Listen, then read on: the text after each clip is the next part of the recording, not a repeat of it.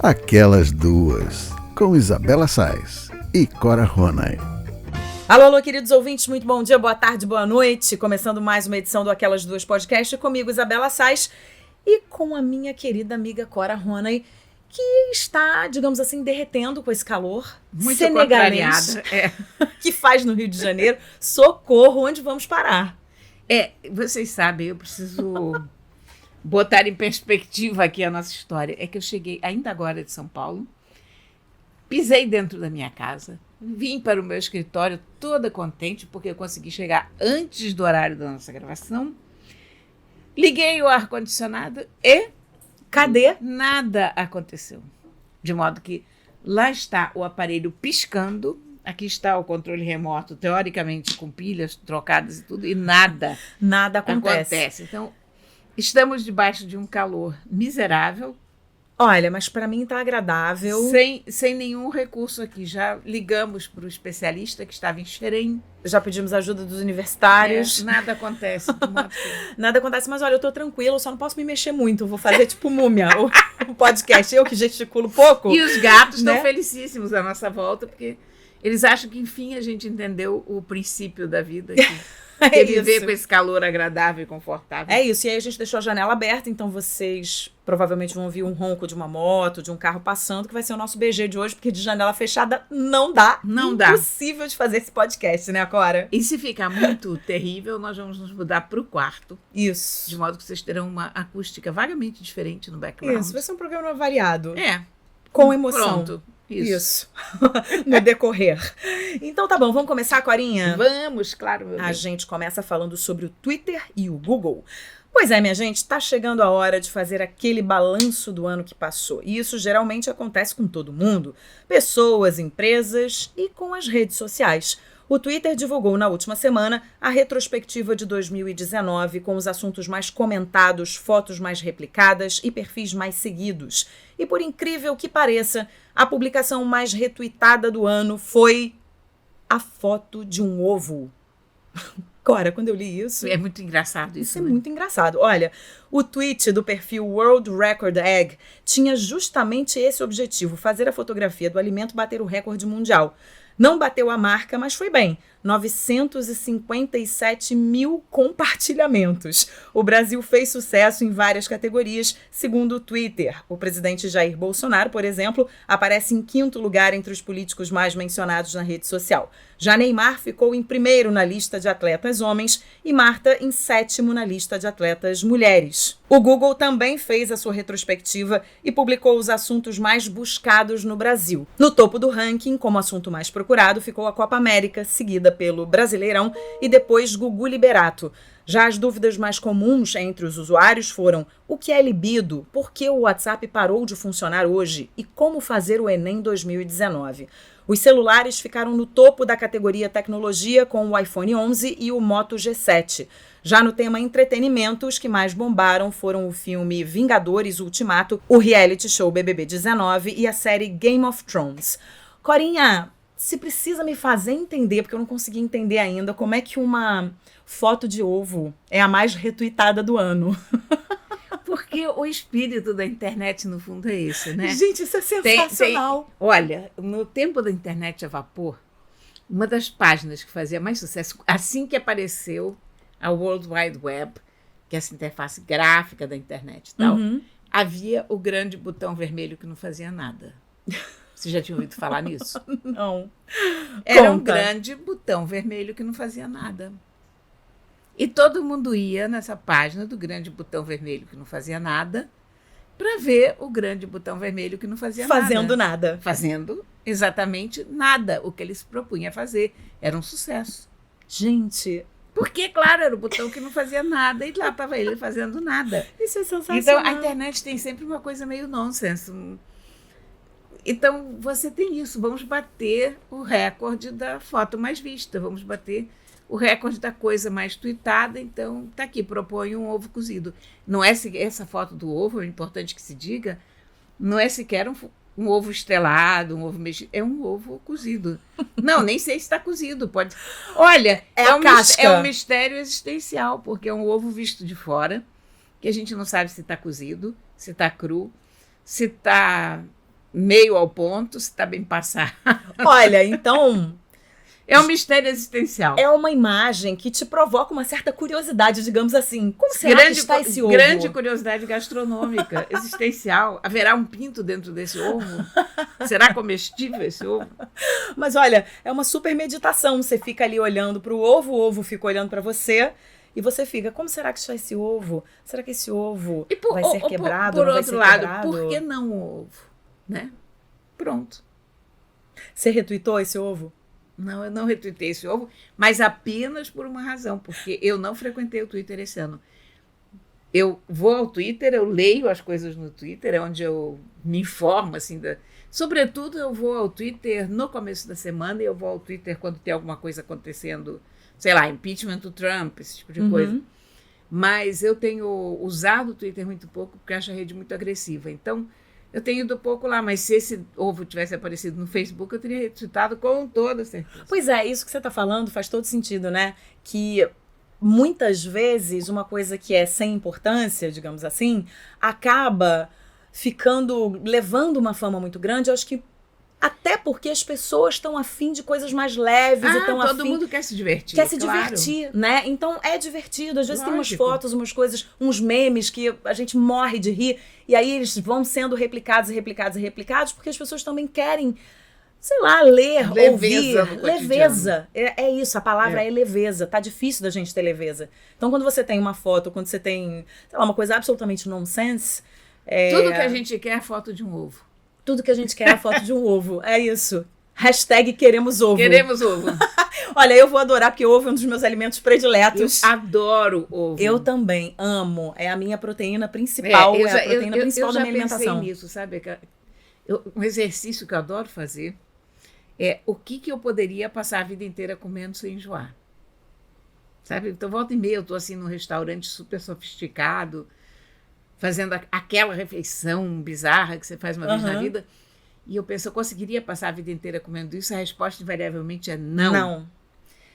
Aí eu chego à conclusão, o que eu conseguiria passar a vida inteira comendo? Pão com manteiga, macarronada. Pãozinho na chapa com manteiga derretendo. Isso eu poderia passar a vida inteira comendo. Eu também. Pãozinho francês. Macarronada eu conseguiria passar a vida inteira comendo. Eu também. Ovo, em todas as suas formas. Eu poderia comer ovo todo dia. Aliás, eu como ovo todo dia, porque o meu café da manhã é sempre ovo mexido. Pois é, o meu café da manhã também. E antigamente os médicos diziam que o ovo fazia muito mal, que aumentava o colesterol. Hoje o ovo é o queridinho da alimentação, a minha né? mãe, que é um faz animal super disciplinado, coitada, né? Adora ovo. E aí os médicos cismaram que a minha mãe tinha colesterol alto e proibiram de comer ovo. E a minha mãe, que é obediente, parou de comer ovo. E hoje está provado que não tem nada a ver. Aí eu dizia, mamãe, quando o médico proíbe de comer ovo, não significa que você não possa mais botar um ovo na boca. Significa que você não pode comer talvez 3 ovos mexidos, mas que um ovo cozido você pode comer. Não pode. Aí você vê uma pessoa que chegou aos 95 anos, podia ser mais saudável? Não, né? Então eu desconfio muito de tudo isso. Olha, sabe uma outra coisa que eu jamais vou enjoar? A gente estava falando sobre isso antes de gravar o podcast, chocolate. Chocolate. Mas eu não conseguiria passar a vida comendo só chocolate. Não, só chocolate não, porque eu preciso de um salgado, preciso de alguma coisa salgada. Mas chocolate é uma coisa que não dá pra enjoar, pro ser humano. Né? De todos os tipos. Como que fazia a humanidade antes do chocolate? Não sei. Morria de ansiedade. O que se comia quando não havia chocolate? Não sei. Pois é, né? Muito triste. Alguns mistérios. Porque pensa que houve uma época em que o chocolate não era universal. Houve uma época em que o tomate não era universal. Coisas que a gente acha que em qualquer lugar do mundo, e aliás, na verdade, sim, em qualquer lugar do mundo hoje você encontra, essas coisas foram carregadas de um lugar para o outro. O chocolate da América, acho que da América Central, né? Não sei. Ou América Latina, do modo geral, para o resto do mundo. O tomate também daqui da América. Você imagina a Itália sem tomate? Como é que podia isso? Pois é. Como é que eles faziam a macarronada sem a qual eu não vivo? Pois é, como é que a gente vive sem molho de tomate? Que é um negócio que eu adoro. Eu boto molho de tomate em quase tudo. Eu já te falei do livro do Já falou Ouro do Vermelho, tomate. Não falei? Falou. Do molho? Pois falou. é. Acho que você não falou aqui ainda. Qual é o nome? Fala o livro é pros muito ouvintes. interessante. O livro se chama O Império do Ouro Vermelho. Que conta a história do tomate. É de um autor francês Jean-Baptiste Mallet, e foi traduzido pelo Arnaldo Bloch, meu colega lá do Globo, e conta a história da, digamos, sei lá, do monopólio praticamente do molho de tomate hoje pela China. É sensacional. Nossa, deve ser sensacional. É muito bom o livro. Vou ler. Eu adoro tomate, adoro tudo que vem do tomate. E esse livro é muito divertido porque conta a história de um produto que você acha que é inteiramente despretensioso, que está logo ali, que nasce pronto, né? Sim, você vai ver, tem uma super história por trás, né? Cara, você chega no supermercado, você pega uma lata de extrato de tomate, pronto. Né? Ou você pega um molho de tomate mais chique, italiano, pronto, com azeitonas. Ou você pega o próprio tomate para fazer o molho em casa, que para mim é a melhor versão do molho de tomate, não, né? Aí nem se falar. Não, mas eu tô falando todas as latas que a gente compra, no fundo, mesmo aquelas mais sofisticadas, no fundo, elas usam o mesmo produto que vem da China. É isso. Daquele extrato de tomate que você usa mais vagabundinho, ao molho não sei das quantas, com azeitonas, com isso, com aquilo, sofisticadíssimo, trufado, blá, blá, blá, blá, blá. Tudo isso vem do mesmo lugar. Agora, Cora, voltando aqui para o nosso assunto... E eu não sei se eu te contei, senão fico me repetindo, né? Mas é feito com tomate diferente do tomate que a gente come. Não, você não tinha falado isso. Então, é um tomate especial, cultivado especialmente para ser transformado em molho, que os entendidos em tomate, o pessoal da agricultura, chama de tomate de combate. Por causa da resistência dele, ele tem uma pele mais dura. Ele é mais oval do que o nosso tomate habitual. Ele se machuca menos. Tomate de combate, achei uma coisa linda. Tomate de combate é incrível. Tomate de combate me lembrou a gente jogando tomates nos políticos. Achei uma coisa tão boa. Tomate de combate, pá, jogando em todo mundo. Comprar algumas dúzias de tomates de combate para jogar em quem tá falando besteira por aí. Mas olha, voltando para essa história do Google e do Twitter, tem aqui uma lista enorme, né, dos mais buscados do ano, o porquê, o que é, e algumas coisas me chamaram a atenção. Assim, os mais buscados do ano tem uma lista enorme, mas eu vou falar aqui 3 de cada um, né? Gugu Liberato, vagas de emprego, Copa do Mundo de futebol feminino. Aí vem o porquê. Por que o WhatsApp parou de funcionar hoje, que eu já falei na cabeça, né? Por que são 21 tiros de canhão? Por que separado ou por que junto? Essa deve ser campeã mesmo em todos os anos, né? Essa deve ser campeã. Porque a gente tem dúvida mesmo. Aí o que é? O que é libido, como eu falei antes, o que é democratização, o que é golden shower. Bom, pronto, né? O que é shallow now. Juntos e shallow now. Juntos e shallow now, gente. Aí vem o como fazer geladinho gourmet, como fazer chocolate quente. Eu falei, gente, chocolate quente, peraí. Aí acontecimentos, Copa do Mundo de Futebol Feminino, Brumadinho, Amazônia, reforma da Previdência e buscas globais, Copa América, iPhone 11 e Game of Thrones. E aí eu comecei a pensar nas perguntas loucas que a gente faz também, que não estão aqui no ranking, porque você sai fazendo perguntas loucas pro Google. E ontem eu estava fazendo uma pergunta para ele, eu estava fazendo uma pesquisa e lembrei disso, né, quando eu li essa matéria aqui. O meu filho, a gente foi no Jardim Botânico, meu filho viu uma formiga bem pretinha e no bumbum da formiga tinham 2 bolas laranjas. 2 bolas laranjas. Laranjas ou laranja? Laranja. Então tinham 2 bolas laranja no bumbum da formiga.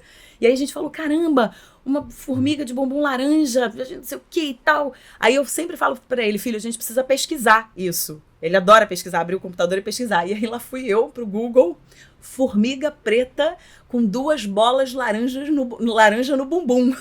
Ou seja, são umas pesquisas muito loucas que a gente faz ao longo do ano, né? E afinal, o que é essa formiga? Então, não é uma formiga, é uma vespa. Ela não tem asa, porque parece que a vespa, se não me engano, a vespa fêmea não tem asa. Só a vespa macho. Pois é, aí você começa a descobrir 500 mil coisas. E ele enlouquecido, mamãe, é uma vespa, não era uma formiga. Mas a gente consegue achar, é impressionante o Google. Você bota lá, formiga vermelha com 2 bolas laranja no bumbum. Aparece exatamente a formiga que você viu 10 minutos atrás. É um negócio inacreditável o Google, né? Então, você se lembra de alguma pesquisa muito louca que você fez no Google? Eu só faço pesquisas loucas. Então, lembra aí de alguma? Cara, eu não lembro assim de... Mas olha, antes de ir para São Paulo mesmo, eu estava pesquisando doenças de guppies, porque uma das minhas peixes estava assim muito desanimada no fundo da água, ofegante, esquisita. E eu digo, ai meu Deus, e ela não estava com aquelas marcas da fêmea grávida. Fêmea de guppy grávida, ela tem umas manchas se chamam manchas gravídicas, por sinal. São 2 manchas pretas, assim, do lado, no lombo, né? Ela estava sem isso. No dia seguinte eu acordei, ela estava lépida e fagueira e o aquário estava cheio de peixinhos novos, mas enquanto isso eu fiquei pesquisando todas as doenças dos peixes e tem fotos dos peixes doentes e todas as doenças e qualquer caso que se precise de um peixe doente, está lá uma foto de um peixe exatamente igual ao teu, com a mesmíssima doença. É impressionante, né? E a coisa mais triste é quando você vê a foto e as pessoas dizendo, o meu estava exatamente assim e morreu. E não... Aí você descobre coisas. Aí você vê assim, meu Deus. Pronto, tá condenado. Vão te deixando ansiosa também. Mas assim, eu acho que entre o lado ruim, tem a coisa também do que eu já vi muitos médicos falando, né? Para não recorrer ao Google quando o assunto é medicina, mas todo mundo vai no Dr. Google. Não há hipótese disso. Mas assim, não é uma coisa boa, porque às vezes você não tem nada demais e você começa a ver casos e casos e casos. Mas isso me aconteceu. Eu descobri uma pinta marrom na minha perna. Era uma sexta-feira, sei lá. Claro, não é porque essas coisas são sempre na sexta-feira, no sábado. Coçava aquela pinta. Aí eu fui lá pro Google, uma pinta marrom que coça, cansa de pele. Eu fiquei totalmente tensa, liguei para minha veterinária e falei com ela, Fátima, socorro, eu estou com câncer. Quer dizer, eu nem já dei o diagnóstico. Pois é, então, mas é isso. Todo mundo vira médico no Google e não é bem assim. Mas não, ela caiu na gargalhada, disse, não, passa aqui. Ela, coitada, ela já tinha saído do consultório, ela voltou para o consultório para ver o meu câncer. Que afinal de contas não era um câncer, era uma mancha. Só uma pintinha. Era uma mancha olho que caiu. Não, e essas manchas solares, elas coçam, algumas delas coçam. Então. Mas às vezes a gente fica tão desesperado que assim, um molhinho, falando em tomate, é um molhinho de tomate que secou ali, você fica achando que é uma pinta, né? Antes de tomar banho, fica achando que é uma pinta e já acha que tá doente. A gente fica totalmente histérica. Pois é, mas assim, tem um lado que é um lado complicado, que deixa a gente, né, mais ansiosa, que deixa a gente ali... quer saber de tudo em pouquíssimo tempo, mas eu acho que o saldo é muito positivo. Nossa, né? muito bom. Muito bem, vamos mudar de assunto? Esse nosso programa está muito divertido hoje. Porque esse assunto a gente poderia ficar falando até amanhã, né? Não, horas.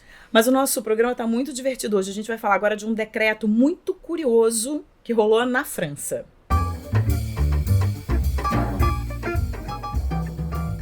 A prefeita de La Gresle, uma cidade de 900 habitantes a 80 quilômetros de Lyon, decretou que está proibido morrer na cidade aos sábados, domingos e feriados. Como é que faz? A medida, segundo ela, foi uma resposta provocativa à falta de médicos na cidade, fora de dias úteis. A prefeita diz que quer destacar a situação catastrófica do sistema de saúde da França rural. A gota d'água aconteceu no dia 1º de dezembro, um domingo, quando um habitante da cidade morreu. Por conta da falta de médico, a prefeitura demorou mais de 2 horas para achar um profissional de saúde que pudesse atestar oficialmente o falecimento. Os serviços de emergência das cidades próximas se recusaram a mandar ambulâncias e até sugeriram que os policiais assumissem as funções legais, o que a prefeita considerou uma incrível falta de respeito com as famílias. Ela disse que essa morte provou o absurdo do sistema, lembrou que as pessoas têm dificuldades em obter tratamento, encontrar um médico e às vezes precisam viajar quilômetros para serem atendidas. Ela disse também que vem tentando chamar a atenção dos políticos há anos sobre esse assunto, mas nada está mudando. Será que agora vai? Me deu um pouco de sensação de que eu estava lendo uma notícia do Rio, e aí eu vi que não era o Rio, era na França. Eu jamais imaginei que eu fosse ler uma notícia dessa acontecendo na França, uma situação de saúde assim. Agora é muito doido esse decreto também, né? Mas eu gostei protesto, do decreto. Né? É um decreto de protesto. É um decreto de protesto, né? É muito válido, porque o que nós estamos fazendo aqui? Discutindo o problema da saúde na França. Uhum. Ela conseguiu botar esse problema no mapa. Eu espero que as autoridades competentes em Paris estejam prestando tanta atenção quanto nós. Ela chama, na verdade, ela conseguiu chamar a atenção. Eu acho que só fazendo uma maluquice dessa que você chama a atenção, né? Mas eu vou te dizer das uma autoridades. Coisa. A gente tende a achar que tudo funciona no mundo, menos no país da gente, né? E não é verdade. Quando a gente sai do país da Problemas existem em todos os cantos. Uhum. E problema de saúde pública, se você não estiver na Escandinávia, ou se você não estiver na Suíça, aliás, eu acho que até na Suíça você tem. É claro que tem problema. Tem muita gente no mundo. Os recursos do mundo são limitados. todo canto vai ter problema. E não eu tem acho jeito. que quando você sai daqui, isso foi uma experiência que eu vivi, assim, quando eu fui para alguns países da Ásia, e vi uma realidade completamente diferente da nossa, eu voltei com a sensação de que a gente morava num oásis, Sim. sabe? Então é muito... quando você faz essa comparação, quando você vai para um lugar de cultura muito diferente ou um lugar muito pobre, né, e você olha para o seu país, muitas vezes você tem a sensação de que, opa, peraí, deixa eu valorizar o lugar onde eu tô, porque todo lugar tem problemas e tem lugares que tem mais problemas do que o lugar onde eu moro, né? A gente achar que só o país da gente tem problema é uma miopia Sim. com o mundo, digamos assim, né? É uma falta de noção do que acontece pelo mundo. Eu, quando fui ao Marrocos, logo na primeira semana, eu consegui quebrar o braço. Era uma calçada mais ou menos como as calçadas cariocas. Uhum. Levei um tombo. Achei que tinha torcido o pé e o braço... Eu não sabia que tinha acontecido nada com o braço, mas o braço insistia em doer muito.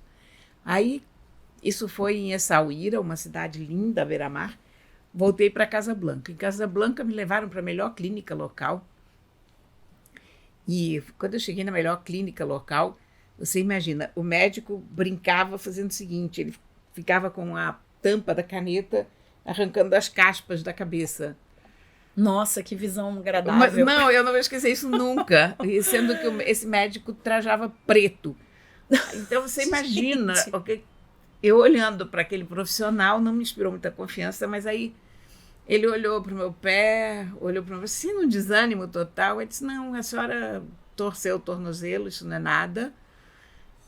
Vou fazer uma compressa com álcool, aí vou tomar gase com álcool. Olha, mandou eu tomar aspirina ou qualquer coisa assim, perfeitamente ridícula.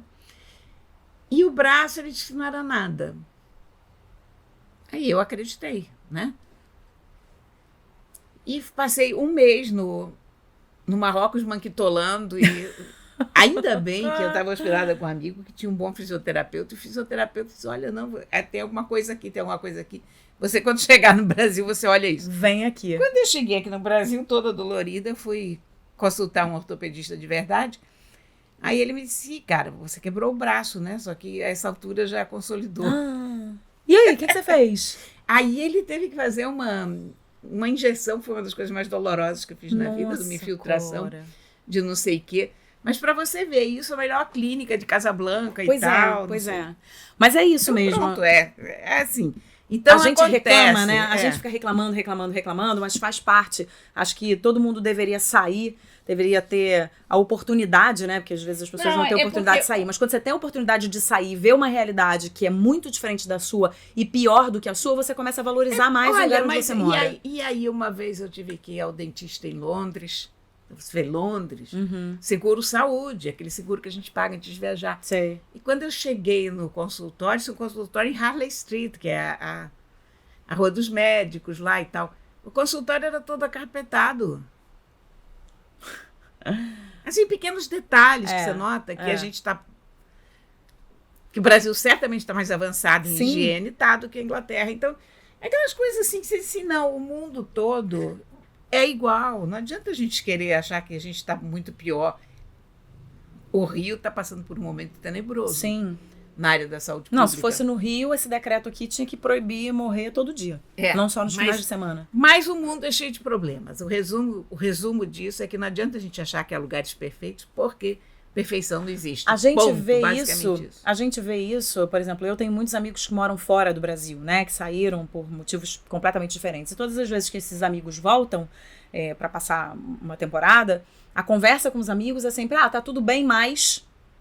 Sempre tem um mais. Tá tudo legal, mas, a vida claro, dá mais. todo sempre lugar tem um mais. tem um mais. Sempre vai ter um mais. Não tem lugar perfeito. Não tem. E ia ser um saco morar num lugar perfeito Deus, também, né? Pelo amor de Deus. Olha, e eu conheço lugares teoricamente perfeitos, como a Finlândia, a Suécia, e vou te dizer, são lugares altamente tediosos. Pois é. Que tem índices de alcoolismo enormes, índices de suicídio. Então, sei lá, cara, o ser humano é imperfeito. Por que nós, tão imperfeitos, achamos que em algum momento o mundo será perfeito, né? Claro. Mas eu nem sei por que a gente está falando nisso. Tudo começou com uma pequena aldeia francesa, onde um grupo de gauleses, não era isso? Mas tem tudo a ver com o que a gente está falando. E eu gosto muito quando tem uma pauta no programa, que a gente começa a falar. Isso aconteceu na nossa primeira pauta, que a gente estava falando do Twitter e do Google, começamos a falar dos tomates. Terminamos nos tomates. Terminamos no tomate. E isso acontece muito no início dos nossos programas, que a gente começa, e aí, tá tudo bem? Tá tudo bem. E aí, porém, ó, tá vendo? Tá tudo bem, mas vamos por aqui, por esse caminho. Mas é isso. Então, quer fazer mais alguma observação, Corinha, sobre a França, sobre a questão de não poder morrer no final de semana? Eu pretendo não morrer no fim de semana, mas eu gostaria de não morrer em dia nenhum, mas isso é uma impossibilidade. Eu também adoraria. Mas quem sabe, no futuro, a gente vai poder não morrer mais. Não vai acontecer. Não? Não. A gente vai morrer cada vez mais tarde. Olha lá, hein? Matusalém tá aí. Not yet, mas enfim. Né? Eu tinha um amigo que dizia assim, olha, não é porque todo mundo já morreu antes que eu vou morrer necessariamente. Tá certo. Olha, vamos mudar de assunto? E agora eu quero fazer uma pergunta para mudar de assunto. Será que o mundo tá perdido?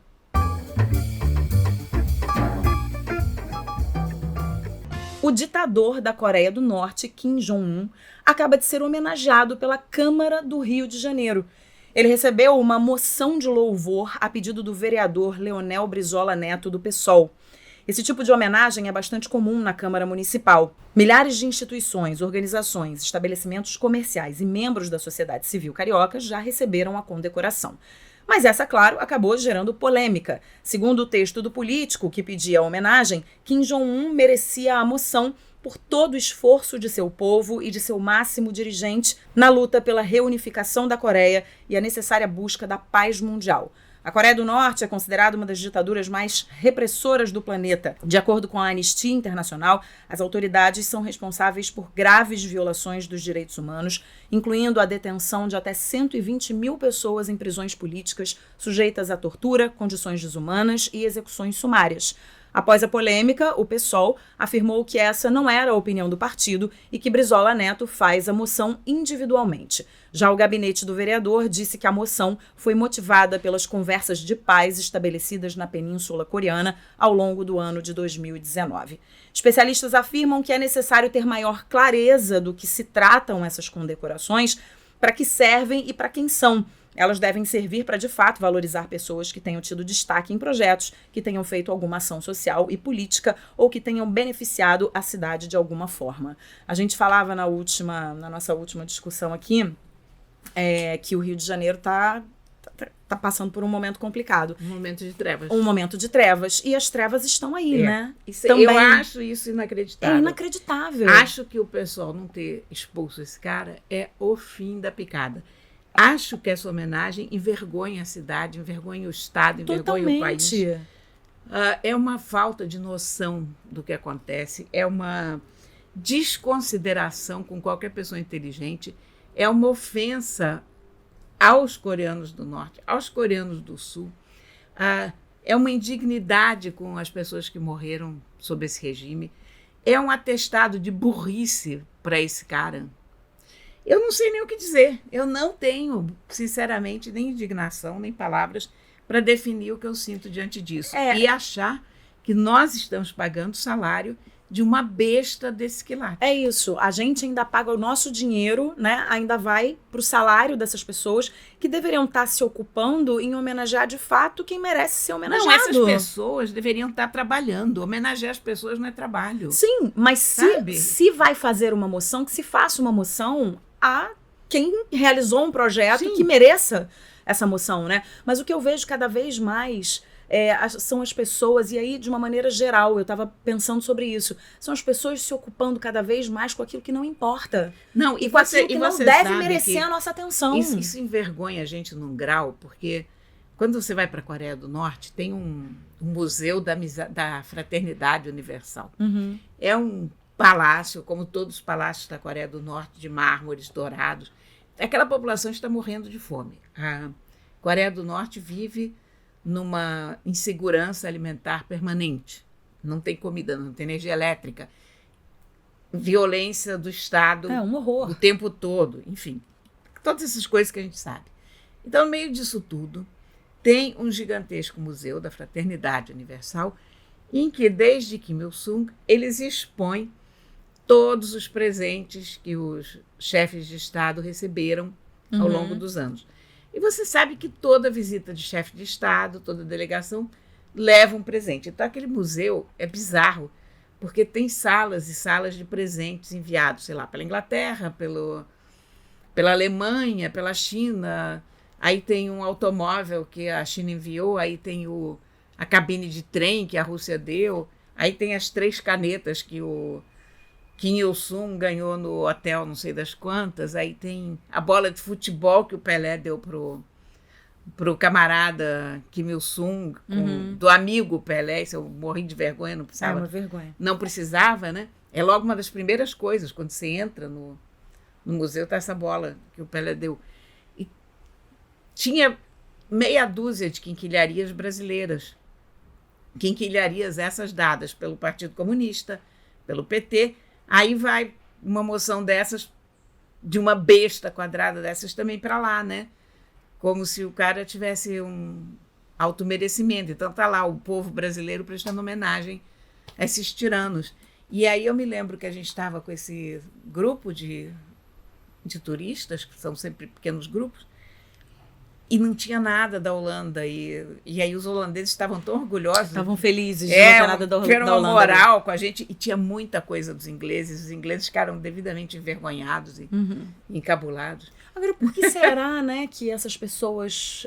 Eu não sei, eu realmente fico me perguntando será que existe realmente uma identificação dessas pessoas com a pessoa não, isso homenageada? É burrice. Não é só burrice, não, Cora. É alguma identificação não. É ignorância. Alguma identificação tem, Cora. Não é possível. Não, é porque esse débil mental, esse energúmeno, para usar a palavra certa, esse energúmeno se considera de esquerda e ele acha que todos os regimes de esquerda são válidos e legais.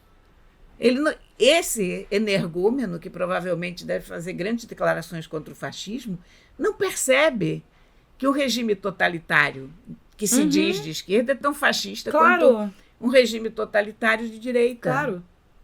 Quer dizer, esse energúmeno considera que o povo pode ser morto se o opressor for de esquerda. Esse é o drama, mas entendeu? eu não sei se isso é burrice, não. Acho que isso pode ser estratégico, acho que isso pode ser...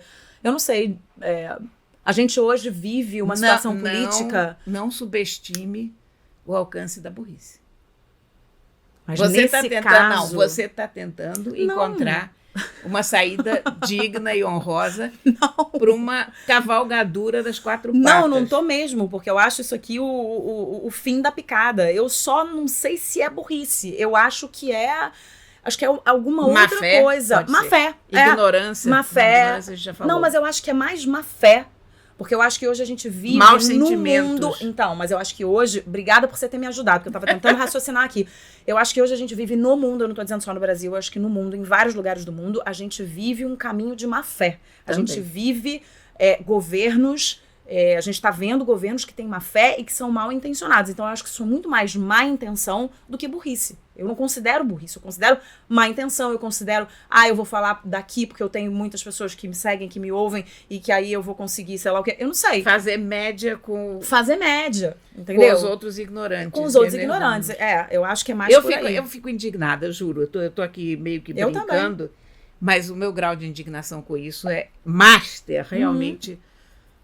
Assim, mas eu não voto no PSOL. Quer dizer, eu vou dizer, não voto mais. Eu vou te dizer, eu votei no Freixo, nessas malfadadas eleições do Crivella, porque acho que valia tudo para derrotar o Crivella.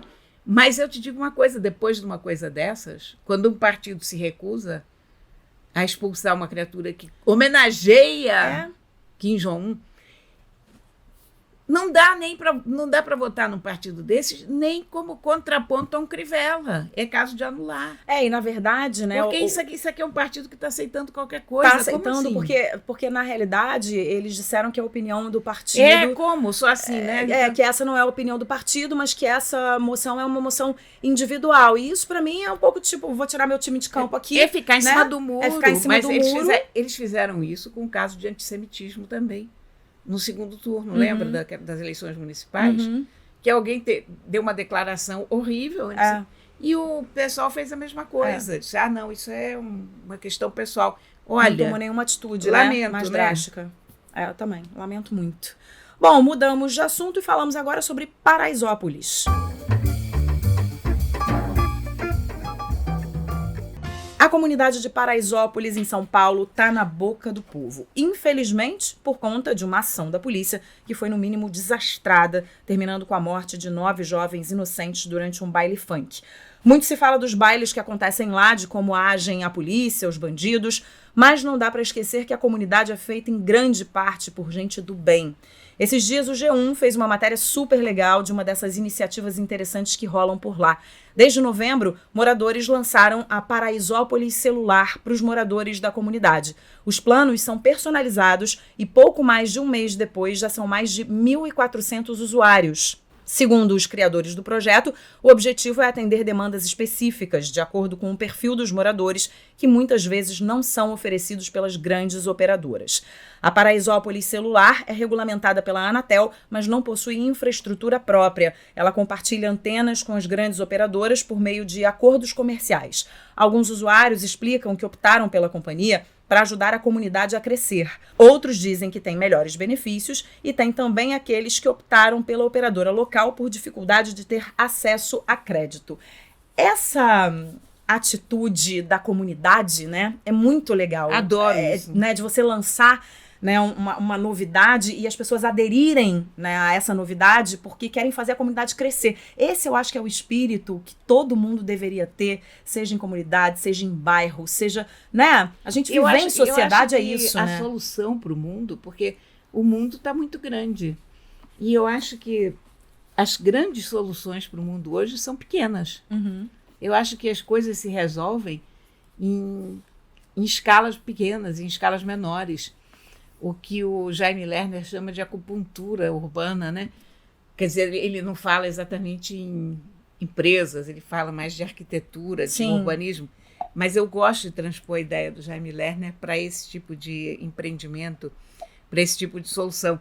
Porque você cria coisas, soluções, empresas, recursos locais, do tamanho da necessidade das pessoas que vivem no local. E, na verdade, quando você cria de dentro da comunidade, você sabe exatamente quais são as necessidades principais dessa comunidade. É muito melhor você aderir, você ser cliente de um produto que é criado dentro da comunidade do que um produto que vem de fora, que está atendendo, né, as necessidades e as demandas ali, mas não 100%. Né? Mas quanto menor o... Olha aqui, nós temos um unicórnio perturbando... Matilda já está reclamando que a gente está empurrando ela o podcast. Gente, é porque ela está em cima do microfone, não dá, ela é muito folgada, essa Matilda. Rata. Pronto. Fala. Eu acho que quanto menores as soluções, mais elas podem ser personalizadas. Sim. E eu acho que hoje é engraçado, a tecnologia está permitindo muito isso. A gente, com a era industrial, a gente passou... Antigamente, tudo era muito personalizado. Tudo era feito para uma pessoa, para outra, para duas, para 50. Com a era da industrialização, a gente teve um crescimento dos produtos em massa que eram feitos para milhares de pessoas e se supunha que as pessoas todas obedecessem a um padrão, seguissem um modelo e tal. E com a tecnologia está permitindo uma coisa curiosa, que é o produto de massa personalizado. E ela pode ser até coisa da tecnologia, até o produto de tecnologia, que aparentemente é uma coisa muito sofisticada, você vê. Você não tem como botar antenas de telecomunicação para uma comunidade pequena, mas você pode fazer uma operadora que tem acordos comerciais, claro, funcionar para uma comunidade pequena. com planos para uma comunidade pequena, com custo que aquela comunidade pode pagar. Então, tem muitas soluções que são altamente personalizáveis no mundo hoje. Eu acho muito mais simpática a ideia de você enxergar as comunidades, os bairros, as pessoas, de acordo com a necessidade de cada um, de acordo com a sua singularidade, do que você enxergar como massa. Sim. Porque aí todo mundo se torna igual. E eu acho que isso vai para uma discussão até mais profunda mesmo, de entender que todo mundo é diferente, de que cada lugar tem a sua necessidade, né? De que, de repente, a minha necessidade não é a sua, que não é a da outra pessoa. Enfim, e você ter um produto mais direcionado a essas pessoas. E a própria oportunidade de pagamento, porque você, às vezes, tem planos, porque por mais barata que seja hoje a telefonia, ela ainda é cara. Tem gente que mesmo o plano mais barato ela não consegue pagar. Chega no fim do mês, está sem crédito no celular.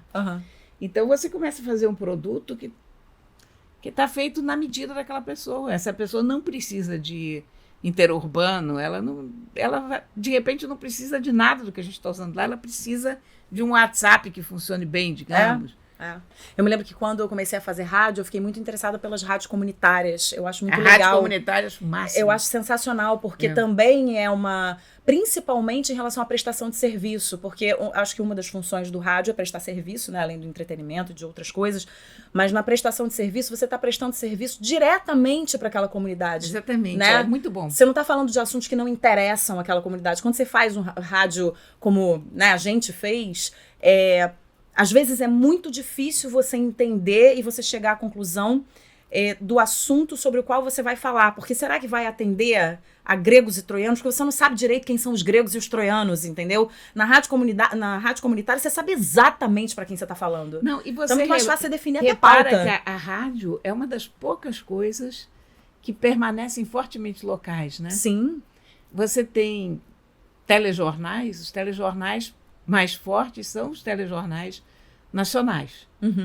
Mas as rádios, eu não sei, existe alguma rádio nacional? Não, né? Na CBN, talvez? Não sei se a CBN é nacional. Se a CBN em todos os lugares do Brasil? Não sei. Olha, pronto. Vamos pesquisar. A gente vai ficar Vamos ficar devendo essa. Vamos ficar devendo essa. A impressão que eu tenho é que é uma coisa altamente local, que a rádio fica, porque tem até aquela coisa dos nossos repórteres de helicóptero, né? E tem uma coisa da rádio, quando você falou agora de diferentes estados, diferentes lugares, a rádio tem uma coisa muito do sotaque. Como o rádio, ele te aproxima muito né, o ouvinte, ele se sente muito seu amigo. Então ele se sente muito confortável, porque ele está ouvindo ali o sotaque muito parecido com o dele. Quando, por exemplo, eu vou para São Paulo e eu ligo o rádio, eu não tenho absolutamente nada contra o sotaque dos paulistas, mas quando eu ligo o rádio, me causam, opa, realmente eu estou em outro lugar. Estou em outro lugar. E o telejornal, por exemplo, nacional, que você está falando, eles neutralizam o sotaque para que todas as áreas do Brasil se sintam confortáveis de ouvir. A rádio não tem essa preocupação, né? Então, assim, você se você estiver em outro estado, se você estiver em outra cidade, você vai lidar ali com aquele sotaque, vai ouvir aquele sotaque, vai causar um estranhamento, mas é muito rico, né, de você ouvir também o que está acontecendo em outros lugares. Então, eu sempre fui muito interessada em rádio comunitária, porque eu acho isso, que vai direto ao ponto, né? E quanto mais direto ao ponto a gente for, eu acho que é melhor. Então, muito legal essa história aqui de Paraisópolis. Corinha, a gente chegou ao fim do nosso programa, não sem antes dar as nossas dicas preciosas, que eu acho que são o ponto alto do programa, porque todo mundo que eu encontro na rua fala, eu adoro o podcast. Gente, as dicas são maravilhosas. E por que vocês não botam as dicas todas no Instagram? A gente tenta, mas é que às vezes não dá tempo de botar. Então, conta aí, o que você tem para hoje? Olha, hoje eu tenho a dica de um livro sobre polvos.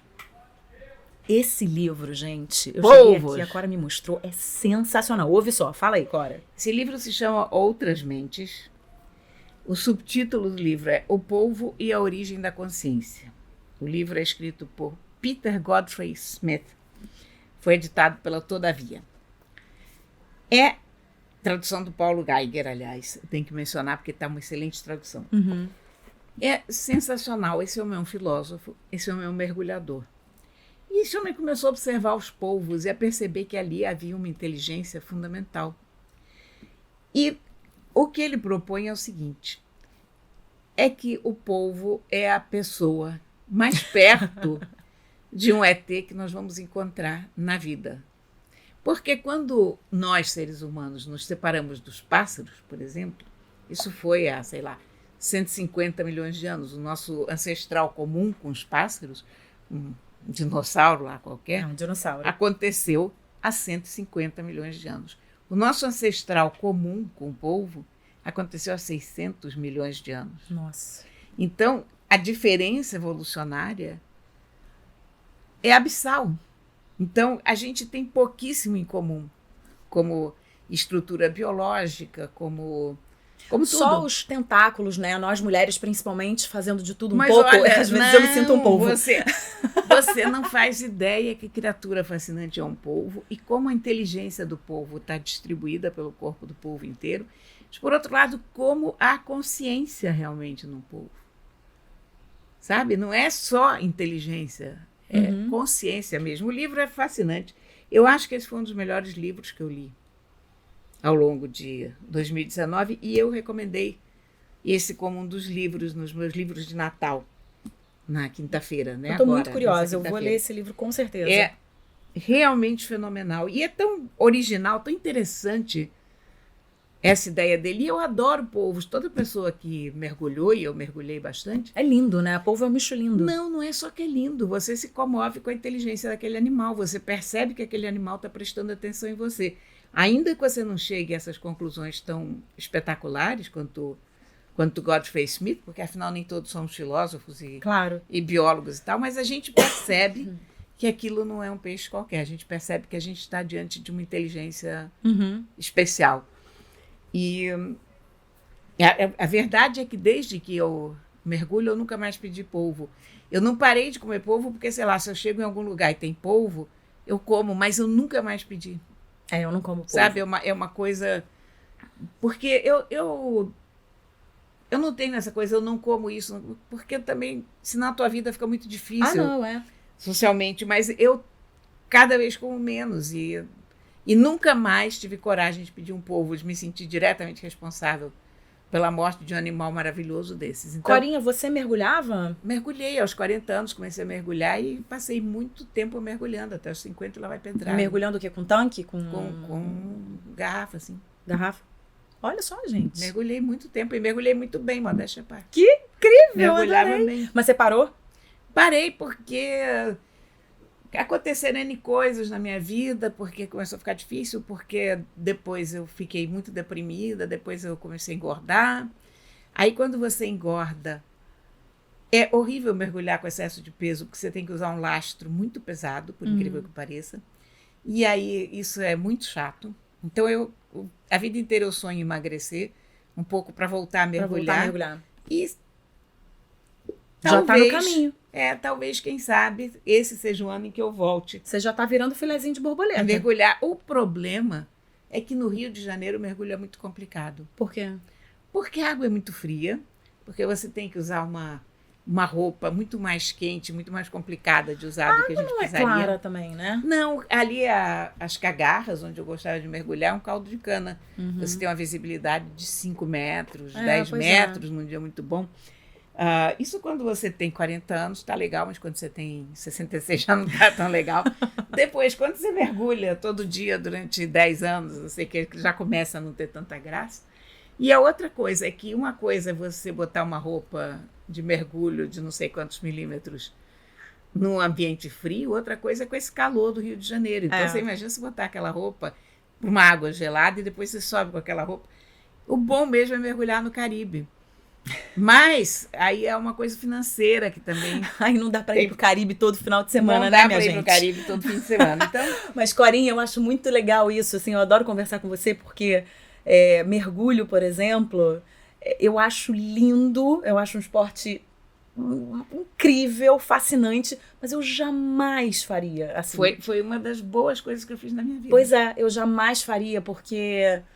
Eu não sei, eu não gosto, assim, eu sou daquelas pessoas, eu faço parte daquele time que quando eu mergulho no mar, eu fico um pouco aflita de não saber o que tem lá pra baixo, sabe? Eu não gosto muito de ir pra mar aberto. Eu cheguei a fazer mergulho em profundidade. Pois é. Fiz mergulhos importantes. Eu acho que eu ia ficar doida lá, querendo subir. Não, É pra mim. Eu só Não trabalho com mergulho. Olha, eu só não fiz curso de instrutora de mergulho porque eu não quis fazer o curso de primeiros socorros.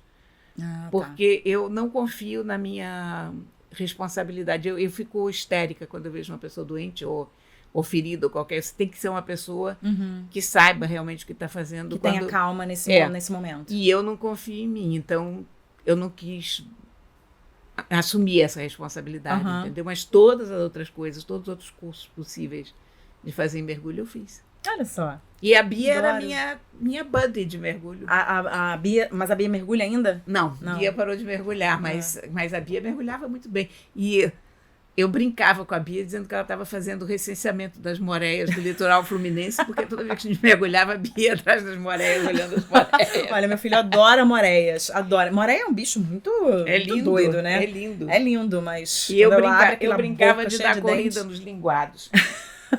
Muito bom. Aqui, Corinha, mais algum livro? Não, ou só esse? Com esse livro hoje. Na semana que vem eu terei outras dicas, tem várias outras dicas para... Muito bem. Na semana que vem, aliás, eu posso dar várias dicas natalinas, né? É verdade. Semana que vem vai ser o nosso programa de Natal. Aí eu dou dicas assim para quem tiver com aquele problema de última hora para correr para uma livraria para comprar. Na semana que vem eu dou várias dicas para vocês comprarem de última hora. Muito bem, então vamos para minha dica, que é um filme que eu assisti na Netflix, lançamento da Netflix, que foi indicado a vários Globos de Ouro, se chama História de um Casamento. É um filme que conta a história, na verdade, de um casal que está em crise no casamento, enfrentando uma separação com um filho. Ou seja, uma história que não tem absolutamente nada de novo, mas que é lindo, é contado de uma maneira muito honesta, é muito bem dirigido, é um filme que te toca lá no fundo. Só para vocês terem uma noção, eu ontem, 1h da manhã, estava aos prantos em minha casa, sozinha, abandonada, meu filho dormindo, meu marido viajando e eu... Mas assim, é um choro, não é um choro, um filme tristíssimo, não é. É um filme... Emoção. É muito emocionante, é um drama super, que toca muito a gente lá no fundo, e que é protagonizado pela Scarlett Johansson, que eu adoro. Eu acho ela uma super atriz. Eu acho ela pacote completo. Eu acho ela linda. Eu, como sou muito ligada em voz, eu acho que ela tem uma das vozes mais lindas de Hollywood. Não é à toa que ela fez o Her, com Joaquin Phoenix, aquele filme em que ela é a voz tipo a Siri da vida. E... a voz dela é incrível, maravilhosa, e eu acho ela uma super atriz. Assim, ela faz de tudo, né? Ela é Viúva Negra, ela faz drama, ela faz tudo, faz Woody Allen.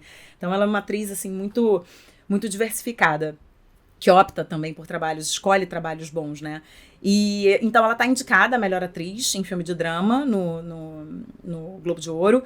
O ator que faz com ela é o Adam Driver, que está indicado a melhor ator em filme de drama, que vale conferir o trabalho dele. O trabalho dele é muito sensível, ele não é um ator conhecido, ele fez... acho que ele fez alguns Guerra nas Estrelas desses novos, ele fez Infiltrado na Clã, mas ele não é uma cara conhecida. Quando você olha para ele, você não conhece muito bem. E ele tá muito bem, assim, é um trabalho que tem, assim, o trabalho dele tem, sabe, ele tá ali no ponto certinho do personagem.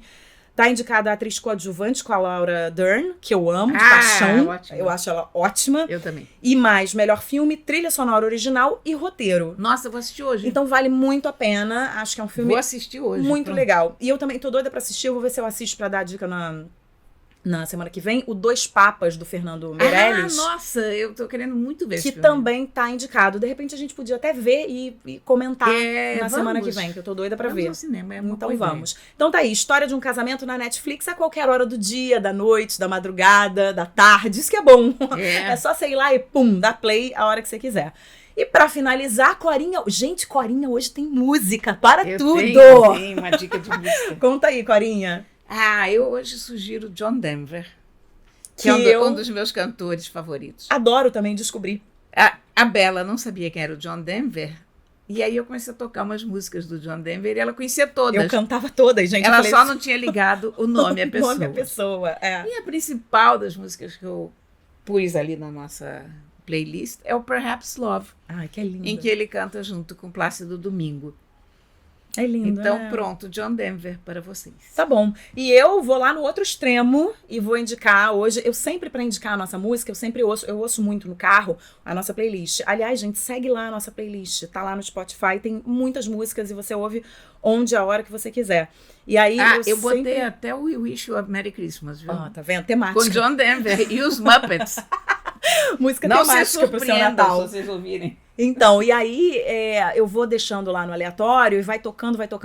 Quando toca uma que eu falo, ai, que delícia de música, quanto tempo que eu não ouço, vou indicar no programa. E aconteceu, eu ouvi Zé Cabaleiro, eu adoro o Zé Cabaleiro. Aí eu adoro ele. Mas o Zé Cabaleiro não é o tipo de artista que eu boto o Zé Cabaleiro pra ouvir. Eu ouço mais o Zé Cabaleiro quando, de repente, o Zé Cabaleiro surge, ou no rádio, ou alguém coloca.